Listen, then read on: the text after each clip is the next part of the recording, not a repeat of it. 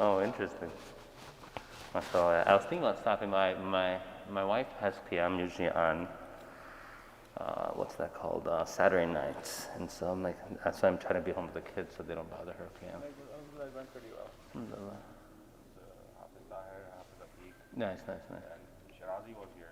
Oh, really? He's here? He was here for his own cause during Taraweeh. Ji. He stayed back. Oh, excellent. He talked to almost like an hour with the kids. Oh, mashallah. Okay, nice. Pretty good. They got a different perspective completely. Yeah. Alhamdulillah. Awesome. Mashallah. May Allah accept it. Let's get started? Okay. Bismillah ar-Rahman ar-Rahim. Assalamu alaikum wa rahmatullahi wa barakatuh. Alhamdulillah wa salatu wa salam ala rasulillah wa ala alihi wa sahbihi man wala amma ba'd. So one of the things I want, before we even begin, next week is the last 10 nights and the week after is Eid. And so I wanted us to do something for Eid that's not a class. Like, can we I was thinking the Eid day that we do something that's not like class based. It's more fun based, like, we order out some food, maybe we go to Cameron Park or something, or yeah, I think that'd be nice. Yeah. Okay, you can't come here, right? Remember, you have to be in the back. I think if we do something for them, yeah. I don't want them to always just be sitting listening. I want them to get to meet one another as well, and because they're sitting in the same rows, but some of them don't even know one another. So it'd be nice if they get some chance. We can plan something out there. Yeah, out there too. Yeah, it'd be cool. Basketball. We can block out part of the parking lot for some 5-on-5 football or something, ultimate frisbee or something. Yeah, we can do that. Inshallah. Cool. We'll go ahead then, Yeah. Okay. Perfect. Yeah. Yeah, because the last thing, I don't want us just to be sitting and talking, especially just me talking the whole time. That's not the purpose of this class. It's a little hard with still whatever social distancing that remains. But it's supposed to really be discussion based, and the discussion questions are there. At the same time, you have to have a certain level of comfort too, with one another, as well as just with the topic at hand, etc. So anyway, let's begin. Last time when we left off, Malcolm had just moved to Boston. And Malcolm moving to Boston is this whole shift now. And the last point that we brought up last week was this idea that he recognizes in hindsight that Allah subhanahu wa ta'ala causes things to happen in his life, that when it happens, he sees later that Allah's will for goodness for him was there. Even though at the time when it happens, he couldn't see the goodness that Allah subhanahu wa ta'ala had planned for him. And that's one of the last points of reflection that we had last week was to think, a lot of things have happened in my life, in your life, etc., that we don't know why it happened. Like my roommate dying in my arms. I don't want to do CPR on my roommate while he dies in my arms, in Ramadan, for that matter. In fact, I'm thinking about it right now. This is going to be Ramadan 1442, and the 23rd Ramadan is when he passed away. So this is going to be the 20th anniversary, 20th, 21st, 22nd anniversary of his passing. No one wants that. But Allah does things, subhanahu wa ta'ala, in a way. The Prophet did not want to leave Mecca. But Allah subhanahu wa ta'ala's sunnah is for things to occur in a way, and then later you see the benefit. Musa alayhi salam's mother did not want to put him in the basket and send him off in the river. But then Allah ta'ala returned him back. Yusuf alayhi salam did not want to be in the well. But Allah subhanahu wa ta'ala let these things happen for a reason. And the wisdom always shows up later. So now Malcolm X gets to Boston. And where he's in Boston, it's funny. Because his sister Ella, where she's living, is, I'm going to go to right now. Okay. He says when he got to Boston, he looked like someone who had Mason, Michigan written all over him. He was skinny. He had a very small town demeanor. He was dressed like a small town guy. And now he comes in, he mentions reddish hair was cut Hicks style. He's saying this, I'm not being politically incorrect. And, he had this suit whose coat sleeve stopped above the wrist. The pant leg showed 3 inches of socks, which for us is fine, especially Muslims with the pant leg, but for them that wasn't right. And now here he comes into Boston, and he looks completely out of place. And Ella, it's his sister. She invites him in, and she lives in a part of Boston that is middle class. And it's middle class African American setting. So she is now living a good lifestyle. She's living a solid lifestyle. She's living in a way that she wants her brother to benefit from. She wants her brother to recognize success and financial ease and independence and not be affected by those different things.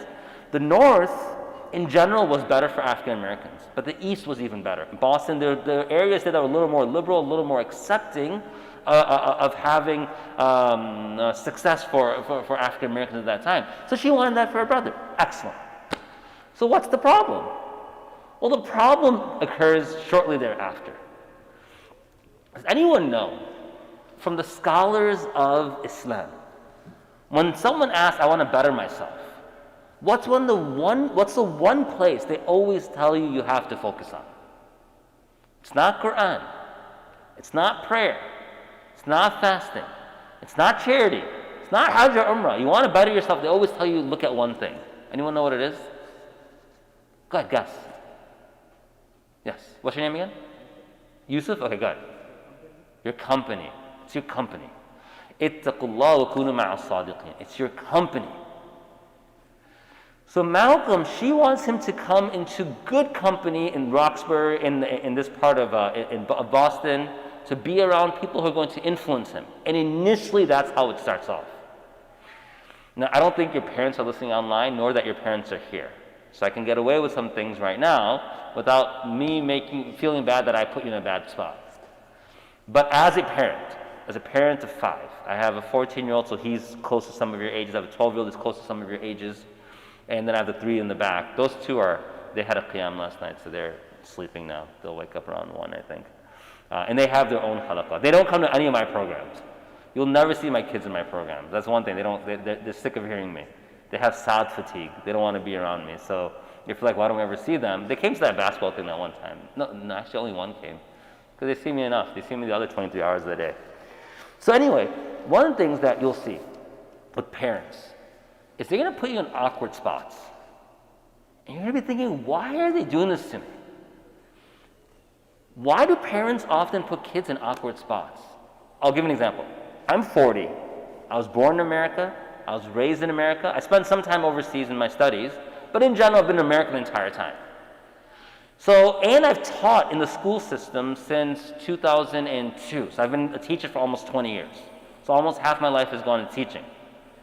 So with that in mind, why are my kids sometimes embarrassed to be around me? This one's not. Yes.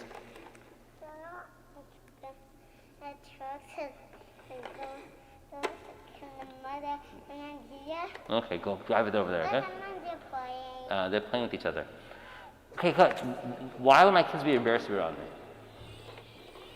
You ever been embarrassed to be around your parents? None of your parents are here, right? So you can be open. Anyone? No one has ever been embarrassed to be around your parents in public. That's the benefit of being here in Glendale Heights, where everyone is desi and everyone looks and dresses the same. Growing up in Chicago, in public schools, it was embarrassing sometimes. Okay, I'm not proud of it, but it was embarrassing sometimes to see your mom come to school and she's wearing a sari. You guys know what a sari is, right? Like the traditional Indian dress. It was embarrassing sometimes to, your parents sending lunch to school. Because when you had lunch, do any of you have packed lunch for school? What do you get for lunch? Yeah. Say it again? Salad, right? Where do you go to school? Where did your full-time school? Okay, so we can relate. When I was younger, I went to, Niles West, I went to Lincoln Hall, I went to Peterson School, I went to these public schools. And people would walk by my locker, what's that smell? I'm like, I have no idea what you're talking about, dude. I think it's that person over there. I remember one time someone's like, it smells like skunk. I'm like, no, it doesn't smell like skunk. What are you talking about? But desi food has a smell. If you're not desi, you're not going to understand this idea. People don't understand what it means to have a salan put between 2 breads and given to you as a sandwich. They don't understand that. You come to a non-Muslim person, they don't understand that. They got PBJ, they got Nutella sandwiches. It's all dry and no scent, etc. And here we're coming with our tiffin to school. You guys know what tiffin is? The tiffin is like that multi-layer. You take one out, there's those things. It's weird for a lot of non-Muslims. It's a Muslim sometimes we feel. Yusuf, is he bothering you? You sure? I pull him away, man, no problem. Anas, come by Baba. Come bring your truck by Baba. Drive it over here, okay? I was waiting for you to say that. So, sometimes we feel embarrassed. Man, like parents come to school and they pick you up and they're talking to you in Urdu. And for you, it's probably not the same because you live in such a multicultural time. We didn't live in much of a multicultural time. So to look brown or look different was embarrassing. Now in hindsight, I'm embarrassed of feeling embarrassed. Nowadays, I'm not embarrassed at all. I'm proud. But back then, it was embarrassing. And so what happens is that when a person is in a situation where there's an environment and they feel that they don't fit into that environment, and the people who are there further make them feel alienated, they're looking to what? What's the natural response? What do you want to do? What do you think I wanted to do at that point? Want to assimilate. What does assimilate mean? Anyone, what does assimilate mean? What does assimilate mean, Baba? Come on, what does assimilate mean? So you guys that tired you can't speak? You guys doesn't know what the word means. Yeah. Blend in. So I remember my entire 4th grade year when we moved from Chicago to Lincolnwood, that was my chance to be like a new person. Again, I'm not proud of it, I'm just telling you how it was. We moved. My first interaction with my peers there was during a flag football intramural game, before even school started. And they chose me, I was chosen on a team, and I had my Walter Payton jersey, like the only jersey I've ever owned in my life.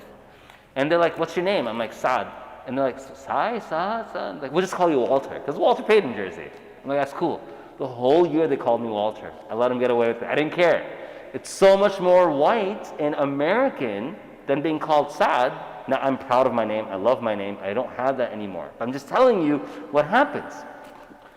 And so I was called Walter. Till one day in school, my brother walks by and someone's like, hey, Walter. He's like, his name's not Walter, his name's Saad. They're like, what? I'm like, oh man, you blew my cover, dude. But you want to assimilate. Malcolm comes in. He's non-Muslim just like everyone else is over there. But he's coming in as sort of a farm boy into a big city. And he wants to assimilate. And wanting to assimilate means he has to begin to change himself. And when you want to assimilate, now going back to my initial questions, why do parents sometimes accidentally embarrass you? They don't understand what you're going through. Born and raised in America, entire life in public school, teaching in the school systems as well, I still don't know what my kids go through. I teach in the same school my son attends. My son's at 9th grade. I teach him in one of my classes as well. And still, I don't know what he's going through. Why? Because I'm not a 14-year-old living in 2021. I'm a 40-year-old living in 2021. I'm not someone who was born in 2006. I was born in 1981. I'm not someone who went through his experiences, etc. I've only gone through my experiences. And so for me, I think it's cool to do ABC. He thinks the opposite. And so sometimes what your parents want for you is not because they're being malicious or they want to embarrass you or they want to, do anything of that nature, just because we don't understand. We don't get it because we're not you. You guys are brothers, right? How old are you? 16. Hamza, right? How old are you? 14. Uzair, right? Now look, even Uzair and Hamza, same household, same siblings, same everything, even in that time, you probably don't understand each other completely because you're different. And so with Malcolm now, his sister brings him over. His sister's trying to give him a better life. She's trying to make him assimilate with this crowd, but Malcolm's trying to figure out what's going to be best for him. So what does Malcolm do? He scopes out the scene, he checks out what's happening within Roxbury, and he sees everything that's exciting, everything that's normal. He's seeing black professionals. That's a good thing. He's seeing black students go to school. That's a good thing. Cornella. He's seeing black families living in a good subdivision. That's a good thing. Ella's thinking these are great things. Malcolm's not excited by this. Malcolm, all of a sudden, he finds the more exciting part of Roxbury. He finds people dressed in zoot suits, conking their hair. You guys know what conking your hair means? So conking your hair, so for example, I don't have any hair now, but when I had hair, my hair was a little thicker and curlier. So if you have really thick and curly hair, sometimes that's sort of more attributive to certain parts of Africa, certain parts of Asia, really, really, really thick hair, and they want to straighten it. What do? They burn it. Conking means to burn it. You literally put a substance on it that burns it straight. And Malcolm, the first time he does it, is a hilarious thing that happens. You straighten it by literally burning it straight. It's painful, but you do it. And it's funny how like a person, and Malcolm talks about this, how much we hated ourselves. We hated ourselves. Because look, who has straight hair? What ethnicity has straight hair? What ethnicity has straight hair? Anyone? A common American in the 1950s and 40s. Whites, right? And then what was the popular ethnicity? White. And what was the dominant one? White. So who did everyone copy? Whites, even the blacks. And it's fine, the ones who are oppressed usually copy their oppressors. It's really weird. Anyone from India, Pakistan? India in particular. Who came and colonized India? The British. How did Indians normally dress? Normally, how did we dress back in the day? Shalwar kameez, kurta pajama, lungi, that's how they dressed. British come and colonize. Is colonizing a good thing or a bad thing? It's a bad thing, right? For the ones being colonized. How do Indians end up dressing afterwards? Suits, etc. They always, the ones who are colonized and who are oppressed often become like want to be what they oppressed. They want to be dominant. And so a lot of, I go put away my socks. Can you go what? I go put away my socks. Yeah, go put it in the socks, no problem. So what happened is the African Americans at that time, what they began to do, they try to copy those people who seem to be, you go put in your shoes, okay?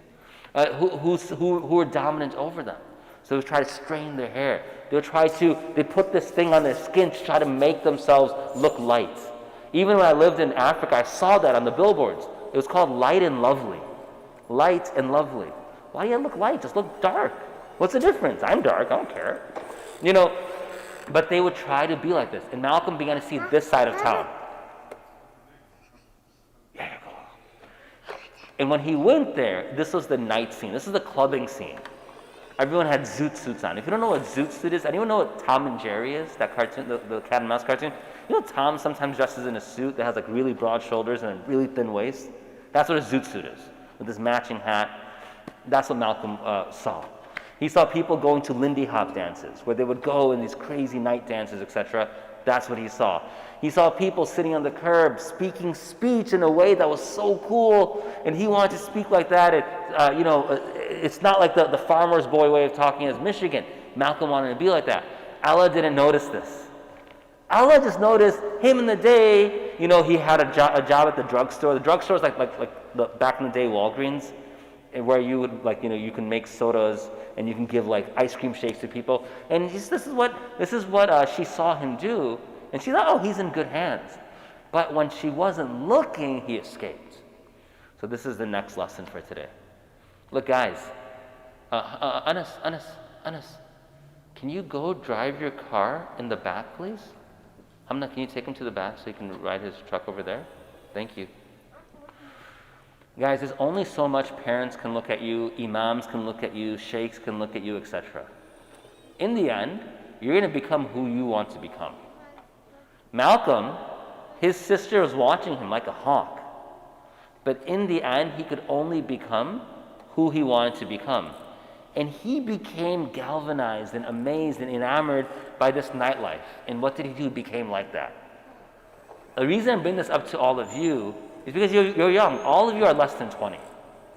And at this time, you're the most impressionable in your entire lifetime. And at this time, the decisions you make will have long-term repercussions, I should say. And the way you act now and what you pick up now is going to totally mold you. And for Malcolm, and for your parents, and for your teachers and your mentors and your imams, etc., they're only going to see you for a period of time. And especially you, your generation. Because my generation, if we wanted to go out and look at things and do things, what do we have to do? We have to go out and look at things and do things. If you want to go out and experience a different type of world, what can you do that we couldn't do before? Say it again? Technology. You can access parts of the world. I was at my nephew's place like a month ago, and he showed me this VR headset that he had. And he said, just type in any place in the world. And I typed it in, and literally it was as if I was walking there. So we can almost visit places now that we couldn't visit except with like a plane before. You can go and you can walk through. I'm like, I want to check out Lusaka, Zambia, where I was studying. And it was as if I was in the streets of Zambia again. And we went to the Haram, it's as if you're inside the Haram. We went to Masjid al-Aqsa, as if we were inside Masjid al-Aqsa. Any place you want to go, Hyderabad, etc., you can be there. Any scene you want to see, you type it into the computer, you can experience it. And I'm saying you because that part of our life as a 40-year-old has sort of come to an end. Now we're responsible for these things. You guys are free. And so your parents, your mentors, your imams, etc., they only have a small grasp. The control they have over you is very little. Now you might say, nah, man, you don't understand my parents. Trust me, I'm a parent. I understand. Because by the time you reach 18 and you go away for college, you're like, no, my parents let me go away, they didn't make me go to COD. That's fine. Because the 8 hours you're at COD is the 8 hours you're not with them. And you can get away with a lot. I'm not trying to encourage that. What I'm trying to say is that the freedom that you have is going to what? It's going to either make you or break you. And for Malcolm, it broke him. Because he did things that later made him develop into a certain person. And the atmospheres and environments that you can create for yourself are going to develop you into who you are. And so that lesson is very important right now. It's an extremely important lesson. That choose your environments carefully. All of you in Ramadan. How's your Ramadan been going, by the way? Good, bad, in between? Anyone like, man, I don't like Ramadan? Anyone here say, oh, when Ramadan starts, I don't look forward to it? I'll tell you this, you're better than me. My nafs is such that when Ramadan comes, I'm like, I don't like it. Look, I like Ramadan, but I don't like when it starts. I'm like, I don't like this. My nafs is like that. So you're better than the one speaking to you. Anyone here, you're praying Tarawih prayer, and you're like, that's not bad, I don't mind it too much? Anyone happy you're praying Tarawih prayer? You guys are not going to answer me today? Is that the thing today? Who's Hafiz over here, by the way? So you guys are leading, the ones who are leading. Wait, so all of your Hafiz, Yusuf, are you doing Hibs? Okay, so pretty much you're all, so you're all different category over here. It's so weird, like, the group I talked to right before this, some is one or two Hafaz, and mostly they're just people who are striving to be better, and you guys have a different plane, mashallah. Yes. Okay. Anyway, I have 3 minutes before I have to leave. I have to leave early today. So the environment that you create is going to be the environment that develops you. Gotta develop it carefully. And don't think it's only one moment. Malcolm didn't realize how much it's going to shape him until 6 years later he's sitting in a jail prison having 14 years of prison attached to his life. Every environment you put yourself into is going to have a deep effect. It has a deep and profound effect. It's going to mold you to be a certain type of person. And so Malcolm chooses this nightlife. And now what does he do? He begins to sneak out. And he begins to try to go unnoticed from his sister into the heart of Roxbury and try to find the nightlife that he so felt that he needed to be a part of to become better. And this starts him in a spiral. And this is the last lesson I want to go into today. Everyone always thinks I'm only going to do one thing. But the nature of all these things, Malcolm, it was drugs, it was alcohol, it was women. It starts with one taste. It ends up becoming something much more than that. Look, when Allah subhanahu wa ta'ala tells us not to sin, what does He say to us in Quran? Let's say, for example, zina. When He tells us not to commit zina, what does He say? You're Hafaz, you tell me. Say it again. وَلَا تَقْرَبُ. What is وَلَا تَقْرَبُ zina. Don't come close to zina. They didn't say وَلَا تَزْنُوا, don't commit zina. It says وَلَا تَقْرَبُ, don't come close to it. Adam and Hawa alayhi salam are in paradise. What does He say? لا تأكل من هذه الشجرة. Don't eat from this tree? No, what does He say? وَلَا تَقْرَبَ هذه الشجرة. Don't come close to this tree. Because the nature of sin is once a person gets a taste for it, they're probably going to enjoy it just a little bit and go down that path. So if this is a sin, Allah doesn't say don't do it. He says don't come close to it. وَلَا تَقْرَبُ الزِّنَا وَلَا تَقْرَبَ هذه الشجرة. Malcolm, did he first day go down in there and start doing the Lindy Hop dances and all the drugs and the dealing and the gun? Did he do that right away? No, he just came and he watched. Just looked around. Man, this looks cool. Why doesn't my sister come here? These look like nice people. Shorty's really nice. West Indian Archie's really nice. All these people, he's like, they seem like good people. Allah knew, don't let him come close. If he comes close, it's eventually going to drag him in. And for you guys and for me and for all of us, it's important for us to recognize that one of the lessons that Malcolm sees later is that I came close to these things and they sucked me in. And this is why sometimes parents and mentors and imams, they put all these barriers in between. It's not like we don't want you to have fun. We want you to have a lot of fun. If Allah didn't want you to have fun, He wouldn't have made Jannah. Jannah is fun. It's all fun. وَلَكُمْ فِيهَا مَا تَشْتَهِي. Whatever you want, you're going to have. Allah just says, just wait for a little bit. Just wait a few minutes, which is this life. Have some fun in this life. When the hereafter, you'll have that permanent fun. So I'll stop over here, inshallah. I said it's going to be a short session today. You guys have a little extra time today. So you can make a couple decisions. One, you can walk home. I don't recommend it. Two, you can say, I'm going to read some Quran and pray some extra rak'ah. Why? Because it's a few moments in Ramadan. Every moment has 70 extra rewards that I can take advantage of. On the Day of Judgment, I'll be grateful for it. So sorry, I have to go give a bayan somewhere else. I have to bounce. Take care, everyone. Assalamu alaikum wa barakatuh. We will meet next week, normal. The week after, we're going to do a separate thing. We'll probably either go to the park or do something back here, but it's going to be more enjoyable, inshallah, for everyone. For Eid, yes. Let's go. Bye-bye. Hey. No.